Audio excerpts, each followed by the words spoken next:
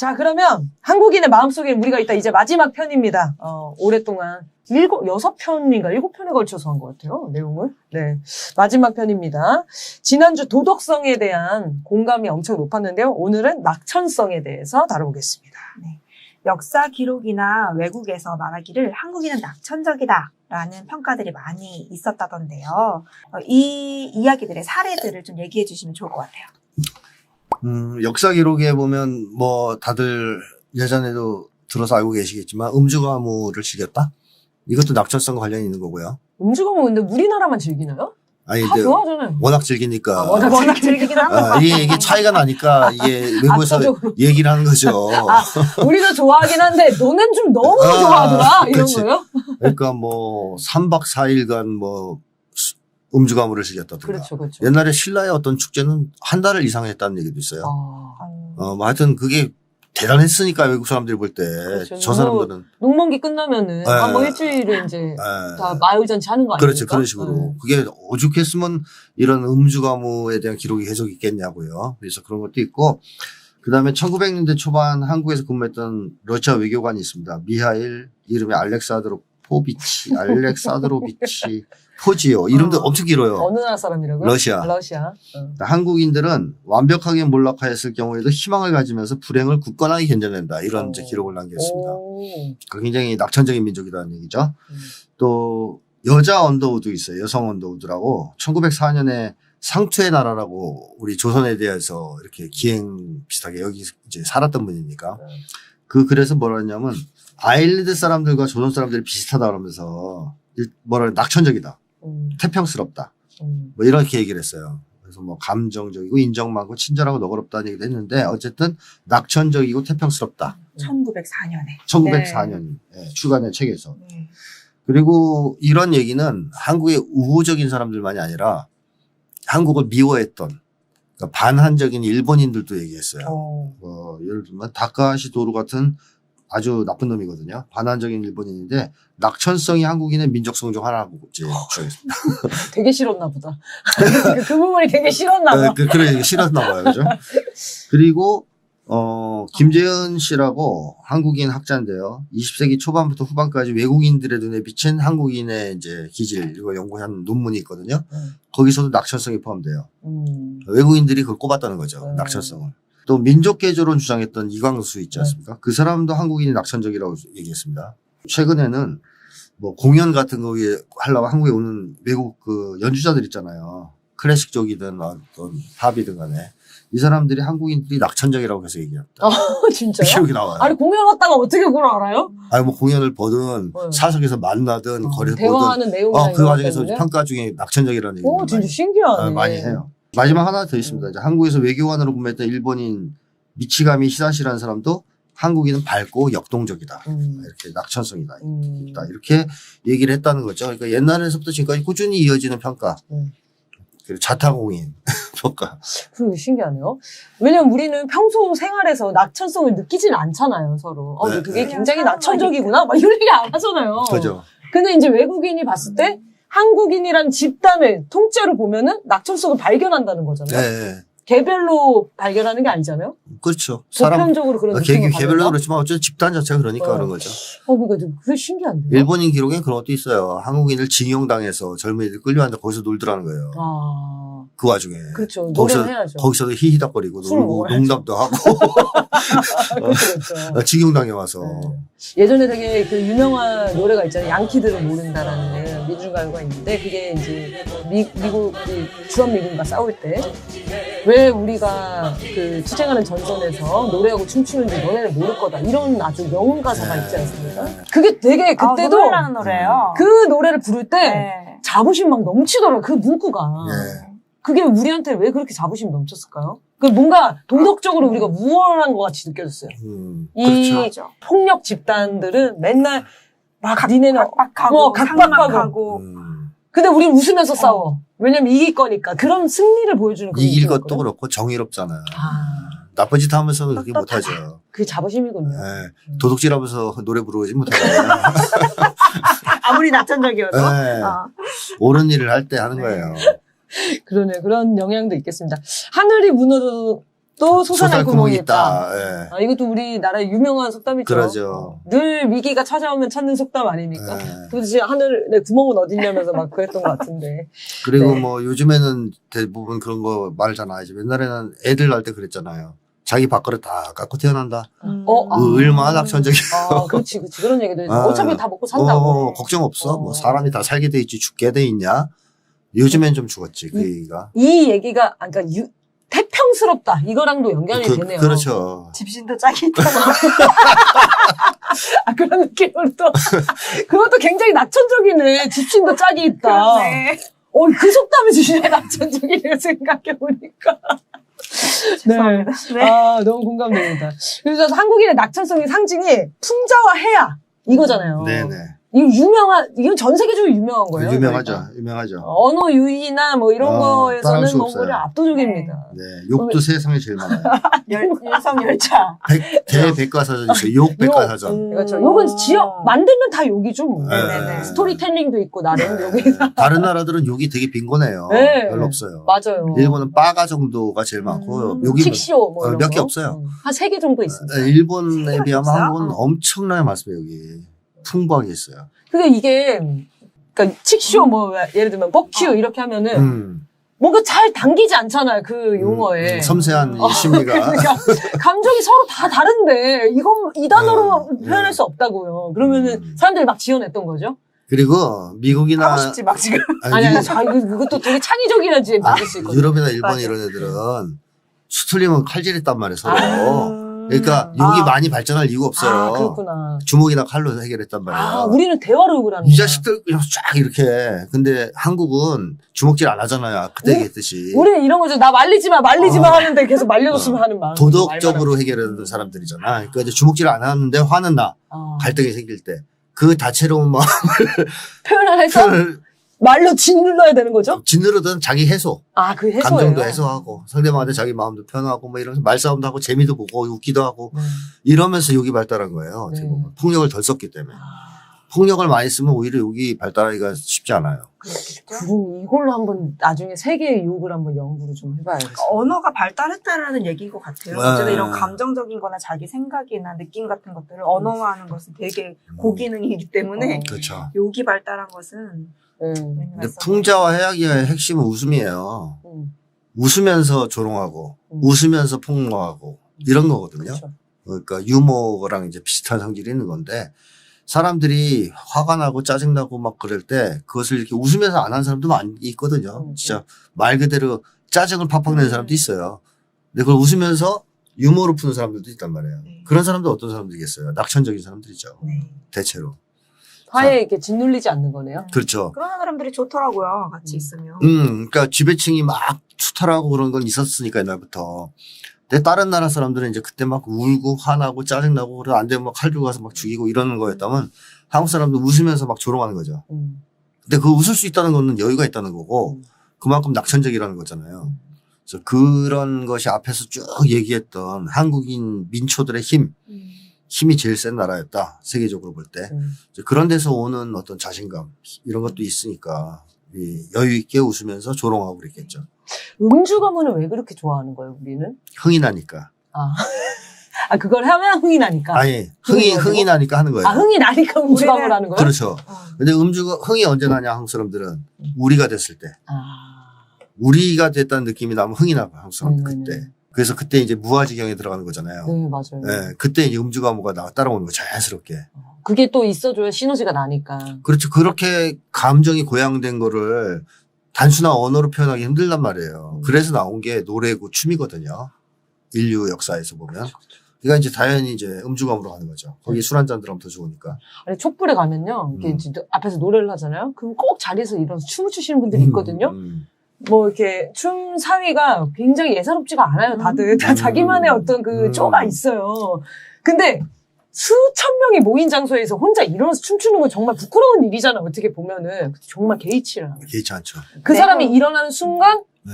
저절로 사람들이 따라서 또 일어나서 또 같이 춤을 추기 시작해. 이게 정말 독특한 환경이 모양 아니에요? 우리화 됐을 때 나타나는 현상이죠. 흥이 나면서. 그 옛날에 고속버스, 관광버스 춤 유명했거든요. 그쵸, 그쵸. 한국이. 아줌마들이 관광버스가 처음에 출발하는 순간부터 일어나 춤추기 시작해서 돌아올 때까지 춰요. 맞아. 버스가 어떻게 굴러가는 게 신기할 정도로. 그게 법적으로 금지될 정도면 우리나라가 너무 많이 했다는 거예요, 그게. 자리에서 일하면 안 되잖아요, 이제. 입석 금지. 이거 왜 생겼어요? 그렇죠. 우리가 하도 춤을 춰서 그런 거잖아요, 맞아요. 버스에 술 먹고. 거의 그 광란의 이 버스가 돼버리거든요. 그거 하러 여행 가는 거잖아요. 예, 근데 여행에 관심 없어요. 버스에서 그거 하려고 아줌마들이 갔단 말이야. 맞아요. 그리고 관광지에서 춤판 항상 벌어졌고. 근데 금지시켰단 말이에요. 정부에서 자꾸 너무 이제 한국 사람들이 춤을 좋아하고 그러니까 노래하고. 네. 그래서 한국은 많이 죽었는데 북한이 그렇죠. 북쪽에 가면 지금 그대로 해요. 네, 북한이 가면은 진짜 돗자리 깔아놓고 춤추고 노래하고 그냥 어디에서나. 어디에서나. 우리도 진짜. 그랬어요. 예전에 그랬죠. 금지되기 전까지. 그래서 우리는 지금 노래방에 숨어 사잖아요. 좀 쪼개져서. 근데 옛날에 한국도 그랬어요. 금지되기 전까지는. 뭐 버스만 타면 난리를 쳤죠. 그렇죠. 또 생각해보니까 음주 가무가 꼭 막 이렇게 놀고 막 이럴 때 아니더라도 다른 나라도 그럴지 모르겠지만 제가 그런 거 있잖아요. 무슨 재지내고 뭐 이런 장례식 같은데. 그리고 우리 춤 한국 무용 같은 거 보면 되게 슬픈 장면도 춤으로 승화시키는 것들 되게 많이 보는 것 같은데 춤이 꼭 즐거움 아니더라도 그런 슬픈 감정도 되게 춤으로 이렇게 승화시키는 장면들 되게 많이 보는 것 같아요. 어쨌든 감정이 고양되면 그 일상적인 언어로 안 되고 춤이나 몸으로. 노래나 이런 거로 나가야 될 때가 많기 때문에 근데 그게 비탄만 있느냐 아니면 흥겹냐 이런 거 관련인데 보통 한국인의 음주 가무는 비탄은 아니고 약간 이제 광란의 분위기가 있어서 그렇지 흥이 나서 신이 나서 노는 그래서 신난다 이런 표현을 쓰거든요. 그렇죠. 그 신이 이제 신들렸다 할 때 신자인데 신이 들어온 것처럼 빙의된 것처럼 그쵸. 신난다 이런 거예요? 맞아요. 함부로 쓰면 안 되는 말인데.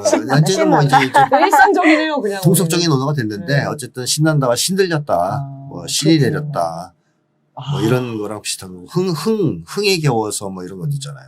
그 노래방 문화도 되게 신기한 게 이제 이게 원래 일본 가라오케 문화잖아요. 네, 그게 네. 이제 한국으로 들어온 건데. 네. 일본 같은 이제 술 먹고 그런 식으로 이제 운영이 되는데 우리는 거의 가족 노래방이잖아요. 맞아요. 따로 친구들끼리 가서. 명절에도 노래방 가야 되고. 그리고 노래방이 처음에 생겼을 때 다 어색해했단 말이에요. 다 기억나세요? 뭔가 어느 방에 들어가서 노래를 하라니까 그게 되게 누구랑 가야 될지도 모르겠고. 그게 어색했었는데 확 불이 붙으면서 지금은 뭐 1인 노래방도 생길 정도니까.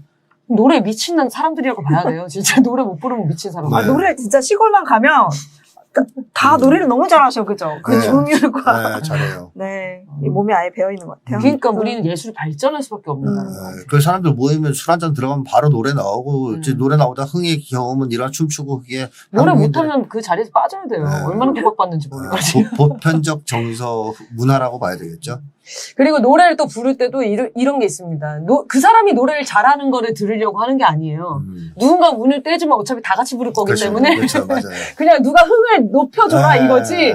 막 장기 공연 보듯이 이런 거 아니잖아요. 외국 사람들은 일본 사람만 해도 자기가 노래 부를 때 따라 부르면 싫어하거든요. 왜 방해해? 그렇죠. 한국 사람 좋아해요. 좋아하죠. 자기가 노래 때 따라 부르면 자기가 좋은 노래 선택했다고 생각해서 되게 좋아합니다. 그리고 끝날 때는 꼭 합창 같이 하고 그래요. 그렇죠. 같이 부를 수 있는 노래로 한장. 혼자 발라드 만약에 선곡했다. 그럼 걔는 이제 노래방에 같이 들어갈 수가 없는 거죠. 맞아요. 눈치가 없고. 그래서 메들리도 있지 않습니까? 그렇죠. 모아놓은 거. 떼창하기 위한 메들리. 우리 약간 노래에 미친 사람들 진짜. 네. 그러면 왜 이렇게 한국인은 낙천적인 거예요?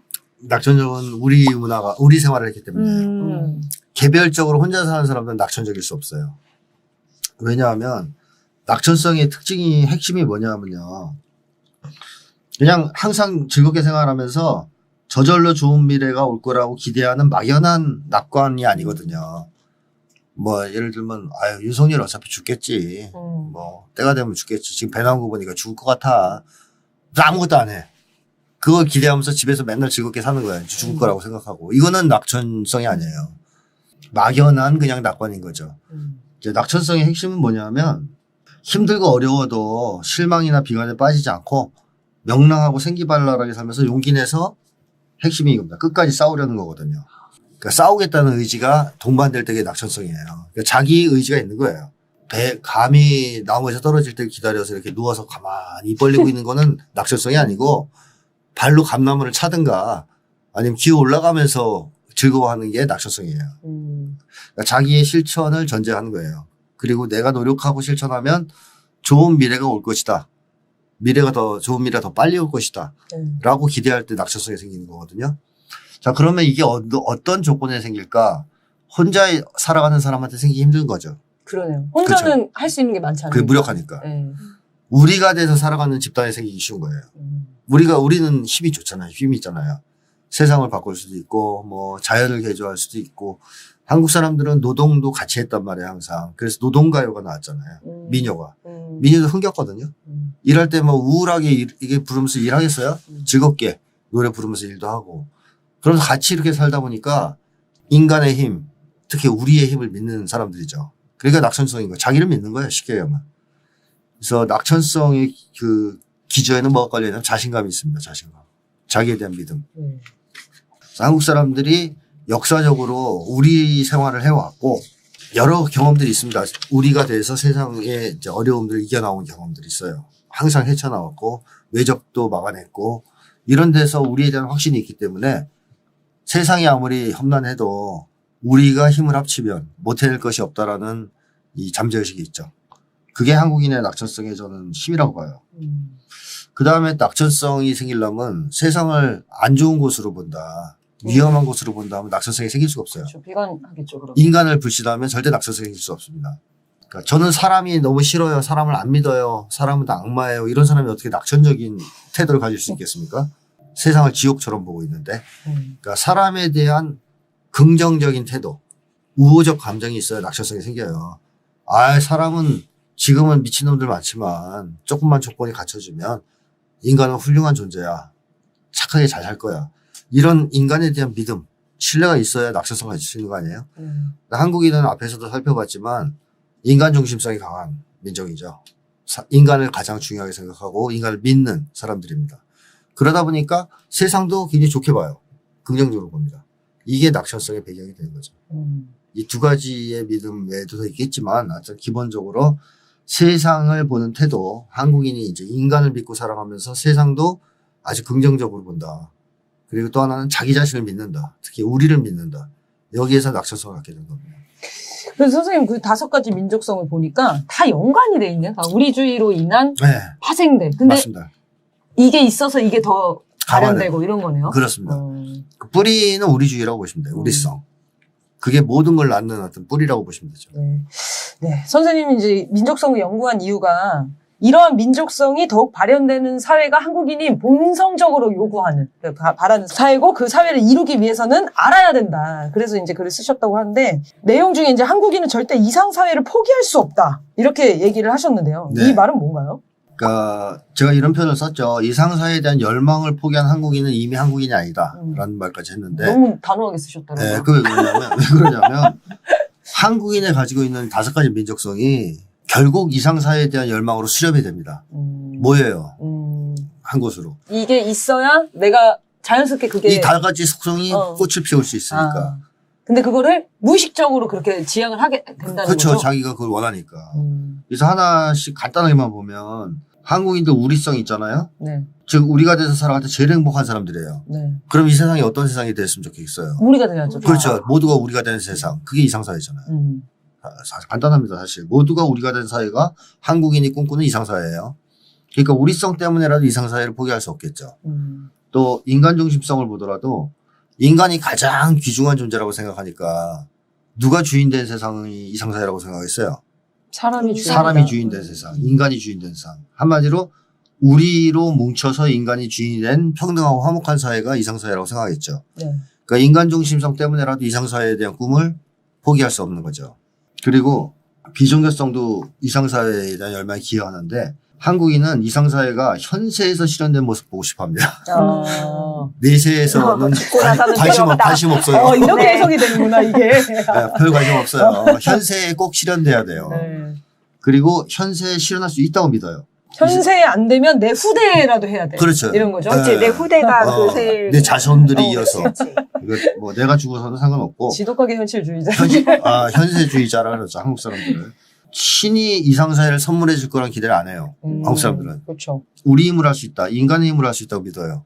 그런 점에서라도 이상사회에 대한 포기가 없어요. 네. 나중에 신이 줄 거다 그러면 이제 그래 그러면 기다리지 뭐 이러다든가 죽은 다음에 천국 갈 건데 뭐 이렇게 했어.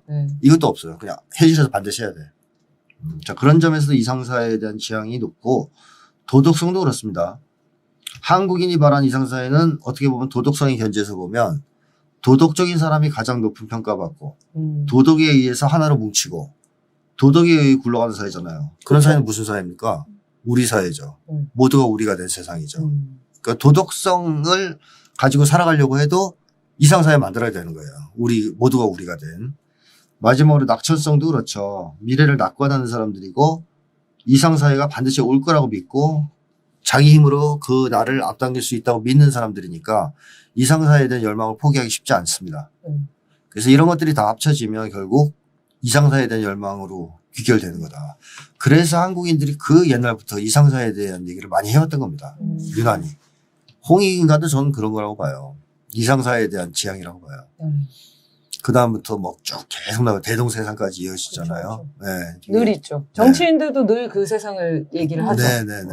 이게 어떤 이제 법적인 제도, 이런 개선, 이런 부분 말고 큰 틀을 던지는 사람. 네. 새로운 세상에 대한 어떤 그 상을 제시하는 사람을 자연스럽게 따르게 됐었던 것 맞습니다. 같아요. 네. 그런 정치가 좀 필요하겠죠. 정리를 좀 해보면, 그러니까 우리가 함께 사람을 중심으로 도덕적으로 살면서 낙관적인 미래를 직접 만드는 그런 사회라고 볼 수 있을 텐데요. 이런 한국인의 이상사회 실현할 수 있을지, 그리고 실현하기 위해서는 어떤 힘이 필요한지 또 마지막 정리해 주시면 좋을 것 같아요. 실현할 수 있다고 생각해요. 왜냐하면 현재 한국인들이 너무나 많은 고통을 겪고 있긴 한데 그 이유는 신자유주의 사회가 한국인의 민족성과 상극이기 때문에 그렇습니다. 좀 안 맞는 정도가 아니라 완전 정반대예요. 달라요. 완전 정반대예요. 그래서 신자유주의 체제가 강화되면 강화될수록 한국인의 민족성은 파괴되고 그로 인해 한국인들은 고통을 받게 되죠. 한국 사람들이 90년대 이후에 세계 최고의 자살률을 기록하고 있고 세계 최저의 출산율, 정신건강이 엄청나게 악화되고 사회병리 현상이 증가하고 그러지 않습니까? 한국 사회의 거의 모든 사회적인 악은 90년대 이후에 집중적으로 높아졌다고 볼 수 있거든요. 그전에도 있긴 있었지만 그 이유가 뭐냐? 신자유주의가 우리 민족성과 너무 안 맞아요. 너무 이걸 파괴합니다. 그럼 한국인들은 둘 중에 하나죠. 완전히 민족성을 상실하고 한국인이 아니게 되든가 아니면 인간성 자체를 상실해서 완전히 망가지든가. 그게 안 되는 거죠, 우리. 근데 한국 사람들은 그렇게 되기는 너무 강해요, 사람들이. 민족성이 훨씬 강해요. 네. 그래서 저는 신자유주의가 못 이겨. 네, 저는 깨고 일어날 거라고 생각하는 거예요. 여태까지 그래왔고, 그러니까 한국 사람들이 끊임없는 항쟁의 역사가 그걸 보여주고 있다.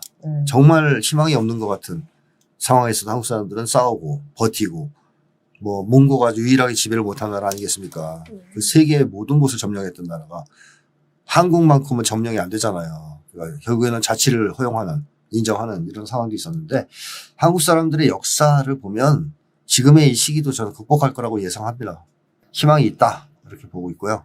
다만 문제는 지금 이러한 한국인의 잠재적인 열망, 힘을 끌어낼 수 있는 정치적인 지도 세력 또는 지도자가 좀 부재한 것이 있다. 네.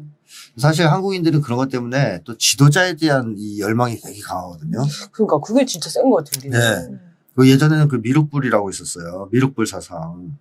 우리나라 돌아다니다 보면 사방천지 미륵불이거든요. 엄청나게 많아요. 불상? 네, 미륵불. 근데 미륵불이 불교에 있는 뭐랄까요, 불 중에서 어떤 걸 관장하는 불일까요? 미래불이에요, 미래불. 미래불? 그러니까 미래에 나타나서 인간을 구원하는 부처예요. 그러니까 쉽게 하면 지도자를 기다리는 거예요. 지도자 이것도. 그러니까 사람들이 여기 심취한 게 언젠가는 미륵불이 와서 나타나서 이상사회를 건설할 것이다. 그러면 우리 그때까지 기다렸다가 어떤 꿀 빨자 이런 게 아니고요. 미륵이 나타나면 힘을 합쳐서 싸우겠다는 거예요. 지도자의 출현에 대한 중심이 딱 생기면 열망이에요, 열망. 우리를 구원해줄 미륵불의 출현을 기대하는 거죠. 그래서 이용해 먹은 놈이 궁예인가? 후고구려 세웠던 궁예가 자기가 미륵불이라고 뻥쳤잖아요. 내가 관심법 쓰는 거. 그랬더니 그 얘기를 듣고 막 사람들이 모여들어가지고 궁예 밑으로 확 컸잖아, 얘가. 그래서 그거 가지고 얘가 한 시절 풍미했단 말이에요. 자, 이걸 보면 미륵불이 등장하면 사람들이 모여들어서 같이 싸우잖아. 그걸 봐도 수동적으로 기다리는 사상은 아니라는 거죠. 그래서 저는 이런 사상, 지도자를 열망하는 것은 결국 앞길을 열어줄 수 있는 지도자, 내가 싸울 수 있게 해주는 지도자를 필요로 했다는 것인데, 그게 이육사 시인의 광야에서라는 시로 표현됐고, 백마 타고 오는 초인을 기다리는 사상. 교과서에서 그 다음에 뭐 선구자에 대한 어떤 열망. 네. 한국 사람들이 그런 거 굉장히 좋아하는 것이 의존성 때문에 그런 게 아니라 뚫고 나가려면 앞에서 이걸 이끌어주는 훌륭한 지도자가 있으면 좋지 않습니까? 이순신 장군이라든가. 진두 지휘는 해야 되니까. 그럼 그런가. 있어야지. 그러니까 이제 지도자에 대한 열망도 그만큼은 세 거예요. 네. 근데 우리 국민들이 또 신기한 게 그 지도자를 만들기도 하잖아요. 그렇죠. 네. 원래 이제 타고난 사람들이, 재능 있는 사람들이 지도자가 되는 게 아니고, 국민들 안에서 성장하면서 만들어지고, 자연스럽게 빚어지죠. 지금도 이제 여러 지도자형 인물들을 막 빚고 있는데, 국민들이. 지금 싹 다 마음에 드는 사람은 없는 거죠. 네. 그런 지도자가 나타날 때, 그리고 이 국민들의 열망과 실천이 합치가 될 때, 네. 그때 세상은 바뀐다. 폭발하는 거죠. 완전히. 네, 오늘 뭐 희망찬 시간이었습니다. 네, 어쨌든 저는 뭐 우리나라 민족성이 뭐 1, 2년 안에 만들어진 민족성이 아니기 때문에 신자유주의 뭐 30년 정도 아닙니까? 뭐 금세 우리가 극복할 수 있다라는 생각이 들고, 그거 인상적이네요. 전혀 안 맞다. 민족성, 우리 민족성과 신자유주의는 조금 안 맞는 게 아니고 상극이다. 몰아내야 된다. 네, 그게 인상적입니다. 반드시 좋은 세상을 만드는데 우리 국민들이 함께 싸워갔으면 좋겠습니다. 자, 이렇게 한국인의 마음속에 우리가 있다를 마치고 여러분들이 그동안 그렇게 궁금하셨던 그런 민족성을 가진 우리가 왜 이 모양이 됐냐. 드디어 그 내용을 다루겠습니다. 네, 다음 방송에서는 풍요 중독 사회라는 책으로 방송을 할 건데요. 책을 미리 구매하셔서 사전에 읽고 궁금하신 게 있으면 질문도 달아주시면 좋겠습니다. 자, 여러분의 미칠 것 같은 고민과 사연을 기다립니다. 다양한 사연들이 도착하고 있는데 짧은 사연이라도 저희가 꼭 다루니까 주저하지 말고 사연을 보내주세요. 아래 나오는 메일 주소입니다. CHUNGNAMI0000 청남이0000 gmail.com으로 보내주시면 되겠습니다. 자, 그러면 오늘 방송 이렇게 마치겠습니다. 감사합니다.